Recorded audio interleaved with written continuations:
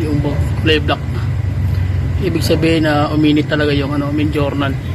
Tsaka tingnan nyo naman yung kulay, ibang kulay na. Ayan bearing dumikit sa main journal. Yung tinanggal natin kanina, ayan yung tuyo. So nandito yung problema siya. Pag hindi siya umikot, ibig sabihin talagang sabit siya. So isa, dalawa, tatlo. Tingnan nyo, lumilid doon na yung unit Ito, hindi napansin ng may-ari yung kanyang alternator na dito dumaan yung oil.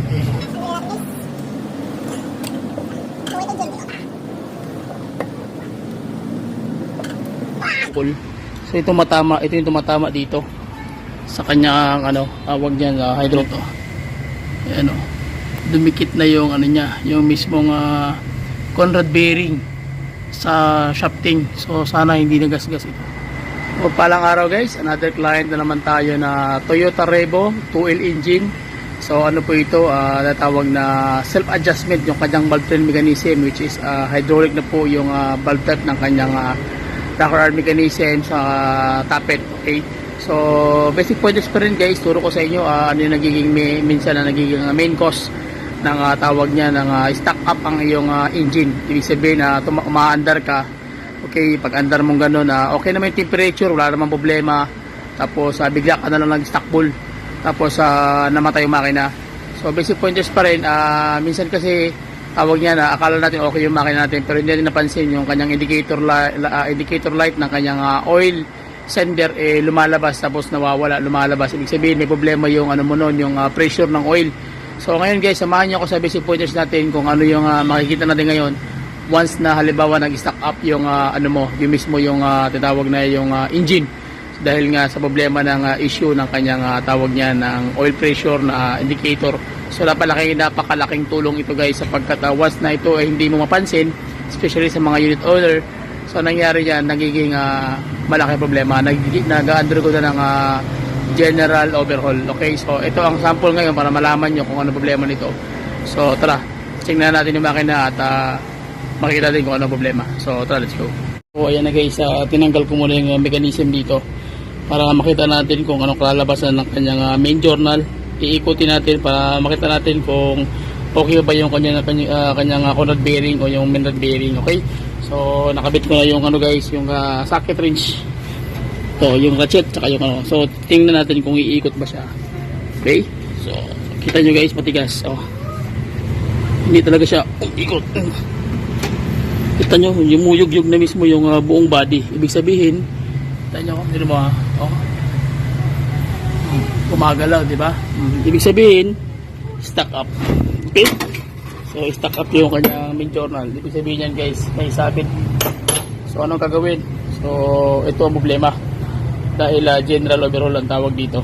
So, undergo for general overhaul yan guys. So, bakasin natin para makita nyo kung ano yung magiging problema sa loob nito. Either Conrad bearing, main rod bearing, main journal, may tama. So malalaman ito yung may pag nabuksan natin. Okay, so at least nakuha nyo basic pointers kung paano nyo malalaman kung halimbawa nagkakaroon ng oil indicator yung kanyang yung pinakatakore-takore, yung pinakanyang oil gauge. Okay, so at oil pressure gauge pala, sorry. So yun ang problema guys. So ngayon, ang naging issue din nito is ito, hindi napansin ng may-ari yung kanyang alternator na dito dumaan yung oil. So nakasalpak na yan ganun, tapos biglang nag-release. Kita nyo naman, dapat yan kasi nakakrimp yan pero tingnan nyo naman yung nangyari. Bubunutin ko, mabubunot mo ng kamay. So ano nangyari dito, dumaan ang lahat ng oil nya from sa engine, lahat high pressure yan. So hindi napansin, tumatakbo siya, wala na siyang oil, kaya yun stack bull.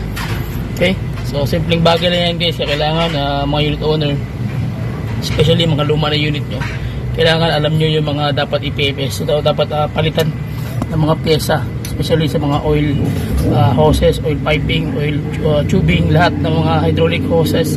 So kailangan chine-check nyo yan, papalitan nyo yan. Okay, so dahil maliit lang na bagay ito, pero malaking problema ang ibinibigay sa unit, general overhaul. Okay, sige. Pakasin ko muna para makita nyo kung anong lalabasan ito. Sige. So, ayan na guys. Natanggal na natin yung 20% ng makina. So, ang gagawin natin ngayon, Papakita ko sa inyo kung yung sasabi natin na ano siya tawag yan, yung sumapit mismo yung main journal. So ibig sabihin may problema yung main journal ito. So tingnan nyo guys, 3/4 na tong ano natin, tawag niyan yung power tools natin, yung power. So check natin kung iikot ba siya. Pag hindi siya umikot, ibig sabihin talagang sabit siya. So isa, dalawa, tatlo. Tingnan nyo, lumilid doon na yung unit. Kita nyo yan? So ibig sabihin hindi talaga siya umiikot. So ang ibig sabihin yan guys, may sabit talaga siya. So ibig sabihin ang main journal na may problema. So yun ang nagiging sistema guys. Pag once na ang unit mo sumabit ng main journal, saka yung crankshaft, tawag yan yung bearing sa bearing yung tikita na. Okay, so baklasin muna natin, tapos mamaya konti makita natin kung ano mangyayari sa kanyang main journal. Okay, go, sige. Okay, tanggalin na natin guys. Oil engine Toyota.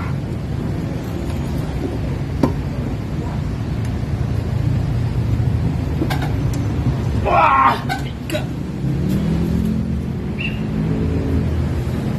Okay. So far, ito naman yung liner. So ito na yung gasket niya.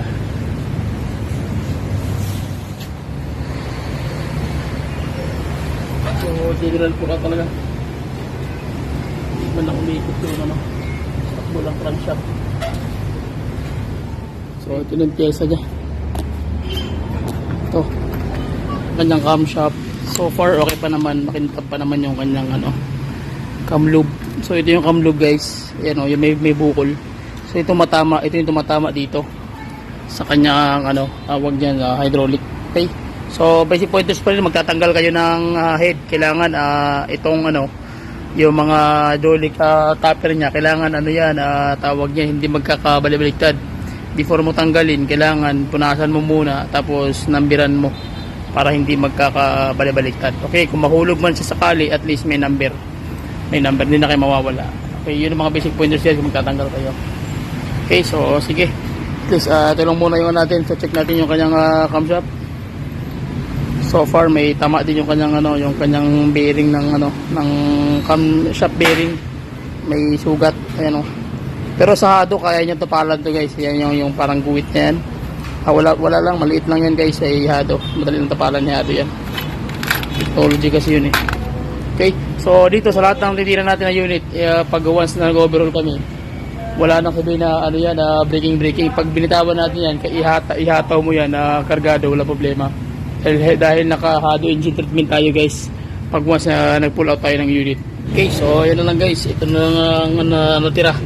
So i-pull out na lang, yun na lang ang transmission, tapos pull out na para makita na natin yung mismong journal. Sobrang tigas, tapos makukuha nyo yung basic pointers kung bakit sumasabit na yung main journal doon sa conrod bearing tsaka sa main rod bearing. So yun na nagiging main issue nito kung bakit may sabit. Okay, so pag na-pull out na natin, tingnan natin para makita nyo talaga kung ano yung magiging possible cost ng unit nyo once na yung oil hindi nyo napansin na nauubusan kayo ng oil. So at least mapanyan yung basic pointers, okay na. So sige, break ako guys pag pull out na natin. Okay, so ayan na guys, naangat na natin. Ayan, so galing yan dito, pull out na natin. Ako lang mag-isa dahil New Year. So ang gusto ko lang matanggal ko yung para makita nyo yung mechanism ng kanyang sabit dito sa loob ng main journal. Okay, so tanggal na siya. Medyo nahirapan nga lang ako dahil grabe yung pagkaka-stack up ng dito, talagang tigas, dikit. Okay, so ayan na, baklas na yung block. So lalagay ko na lang dito yun mamaya, tapos buksan natin para makita nyo yung kalalabasan. Ito na yung oil engine. So, simple yung mechanism nya. Ito yung dipstick, ito yung crankcase.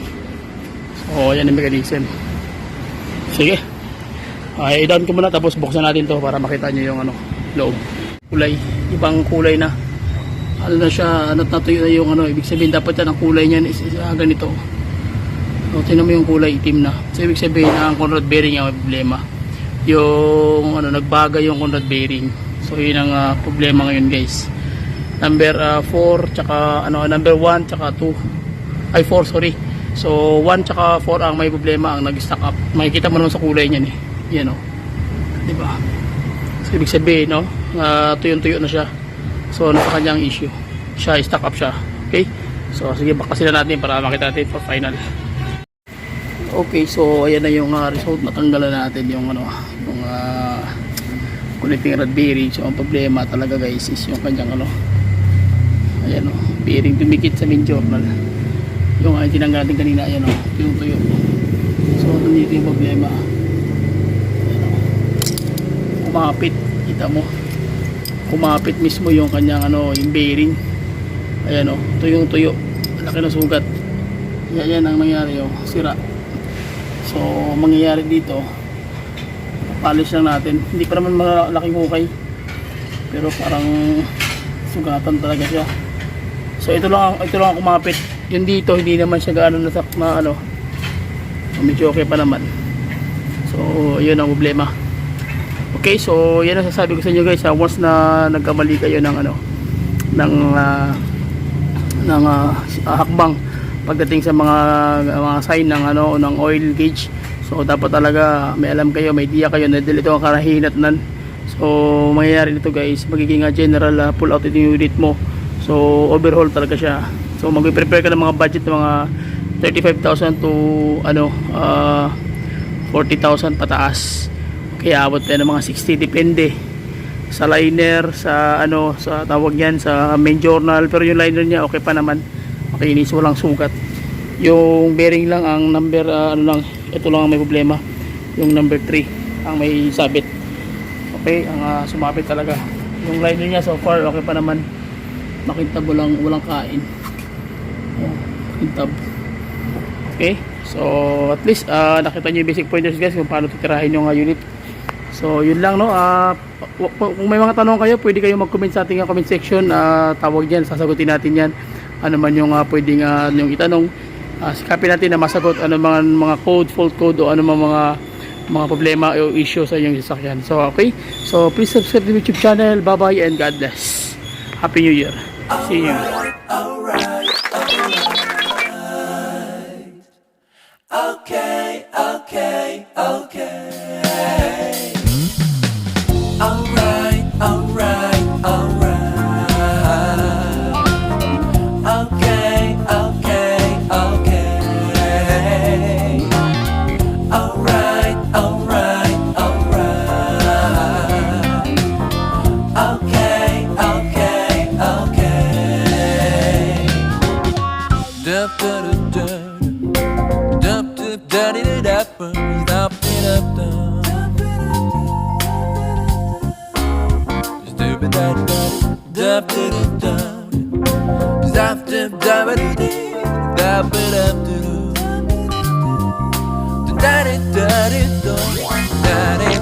Da-da-da-da-da